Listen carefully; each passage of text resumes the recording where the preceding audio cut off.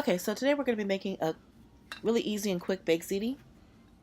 And first I have this saucepan on the range, and I'm going to put a little bit of olive oil just so I can saute some garlic and onion. So I'm going to use maybe about a full tablespoon and a half of garlic in the oil, and then I'm going to add some chopped up onions. We really don't like onions that much, but we love the flavor, so as long as it's chopped up really fine, it doesn't matter. So we just add that to the pan, making sure we get all of the onions in there. And then I just saute it for about like 2 minutes. Not really long, just enough for them to get golden brown. And just stir it around in there so they don't stick. I have non-stick pans. This is not the best one I have, so you have to stir it around, otherwise things will stick. So that's what I'm doing here. I'm just stirring it, making sure that all the onions and the garlic are mixed together. And then I'm going to add the ground beef, about a pound of ground beef. You can use more or less depending on how many people you want to make this for. So I'm just breaking it up in the pan. And then I'm going to stir it till it gets brown all over. Make sure that the onions and the garlic are all mixed together and that the beef is brown.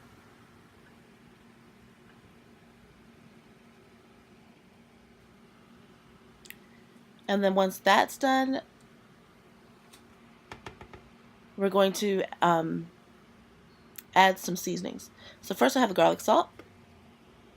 I typically don't use regular table salt to season the food, just because I like the flavor of the garlic and the onion salt. And then some black pepper. And I just do this liberally, because if you don't do this, then it won't have as good of a flavor if you just use straight up tomato sauce. So there's some garlic powder.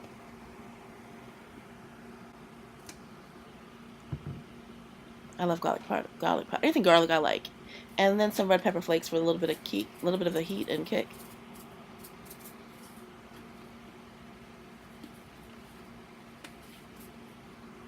And then once I've seasoned the meat, I just stir it really well all together. And then until it's brown, you just do it till it looks like this, till all the pink is gone. And then you're going to add some whatever spaghetti sauce you want, and then you're going to let that simmer. Once you get it all in there, you're going to let it simmer for about 15 minutes, uncovered, checking to make sure it doesn't stick or burn, stirring occasionally until the liquid goes down a little bit. You don't want it to be full of liquid.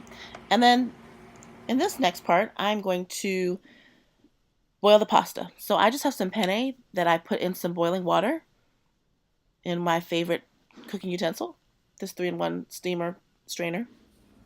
And then after that, when the pasta's cooked, it takes about 12 minutes, I'm just going to layer one layer of the pasta, half of the pasta, into a foil-lined dish, oven-safe baking dish.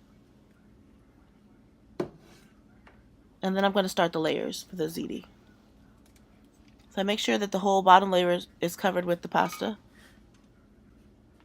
And then I'm going to add about half of the meat mixture on top. Now, I discovered that for the size pan I'm using, I could have used about 1.5 pounds of the ground beef. But if you like yours meaty, you're going to want to add a little bit extra than a pound, a little bit more than a pound, because you want to make sure that you have enough for all the layers. But it tastes really good, even with this pound. Okay, so next I'm going to add some ricotta cheese and mix that together with 1 egg and about 3/4 of a package of this mozzarella cheese. And you're going to want to mix it in a bowl, in a bigger bowl than I did, because I used a bowl that was a little too small, and so I had to do this twice. So you're going to actually do the whole entire package of the ricotta with 2 eggs. And then you're going to add about half of the package of mozzarella. You need to keep half back. So right here you're going to see me mix 1 egg with half of the pack of ricotta, but you're going to do it all in one bowl. So you're going to put 2 eggs in there, and then the entire package of ricotta, along with about half a package of the mozzarella cheese. Okay, so I'm going to pour half of in there because that's all I could fit. But you're going to use the entire thing with a bigger bowl to do better than I did. With the 1 egg, I have 1 egg in there, so you're going to have 2 eggs in your bowl with the entire package of ricotta. And you just stir that together so the egg is incorporated into the cheese. And once it's incorporated, then you're going to add the mozzarella. Making sure that you get all the cheese mixed together so it's smooth.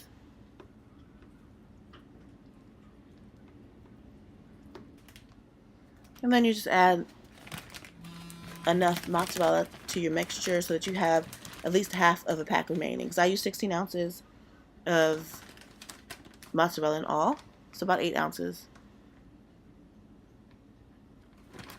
And I can only fit that amount in the bowl I used, so I had to do this twice.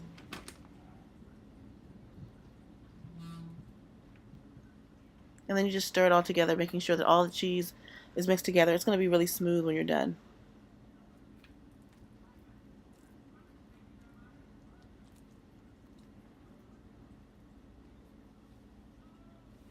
Okay, so now what you're going to do is you're going to start to layer the ricotta cheese on top of your noodle. First you put the spaghetti sauce in the meat, and then you're going to put the ricotta.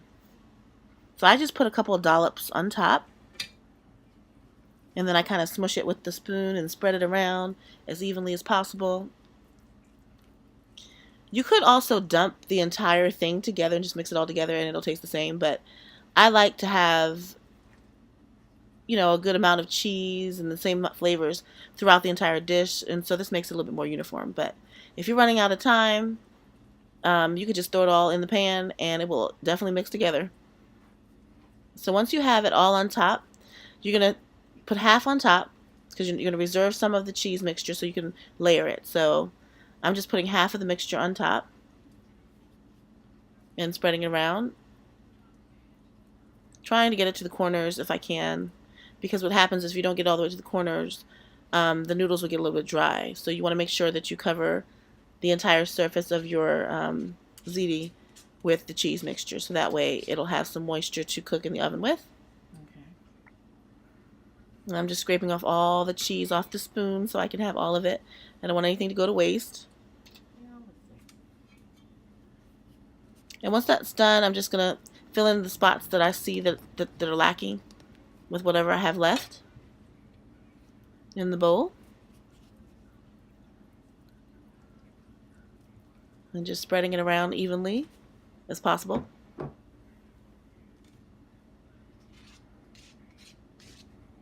And I really want to make sure I get all the cheese off the spoon.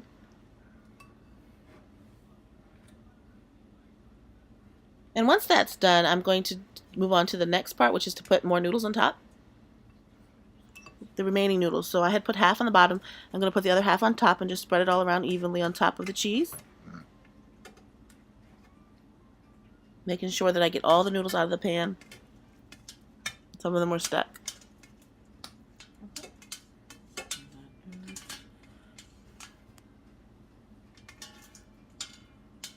And then I'm going to just smooth it down a little bit so it's flatter. And spreading it all the way out.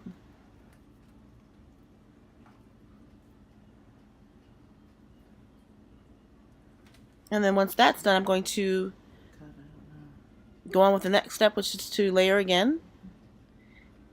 And I'm going to put some more cheese on top.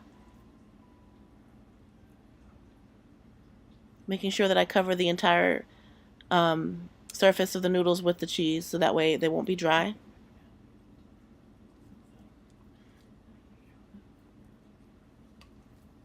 And as you see, I like to put the cheese on in like chunks so that way I know that I'll have enough to spread across the entire surface. If I put it all in the center, it just gets kind of hard, and then the noodles will stick to the cheese and they'll move where I don't want it. So I just kind of separate out into little blocks and or little blobs of cheese and then spread them together. I love this recipe because it's really easy, fast. You can throw it together really quickly. The longest part is when you are sauteing the vegetables and the ground beef.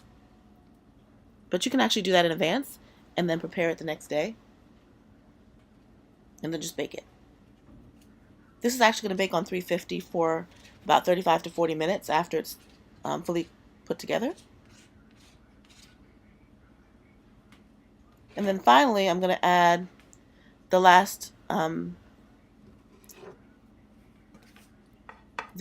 of ground beef and spaghetti sauce. So just putting that on top. This is where I realized I could have put a little bit more. I could have made a little bit more of this, like so a pound and a half would have worked better for this.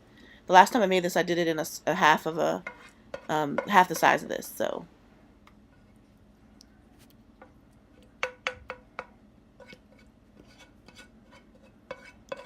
I really was scraping the pan to get the rest of the meat out because I wanted to make sure the entire surface had some ground beef on top.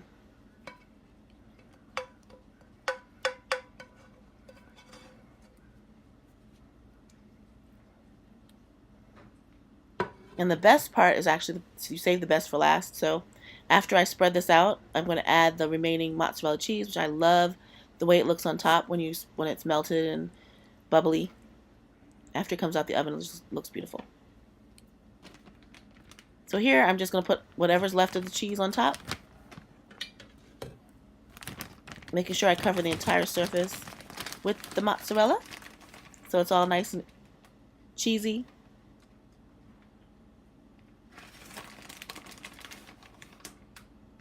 And kids will love this.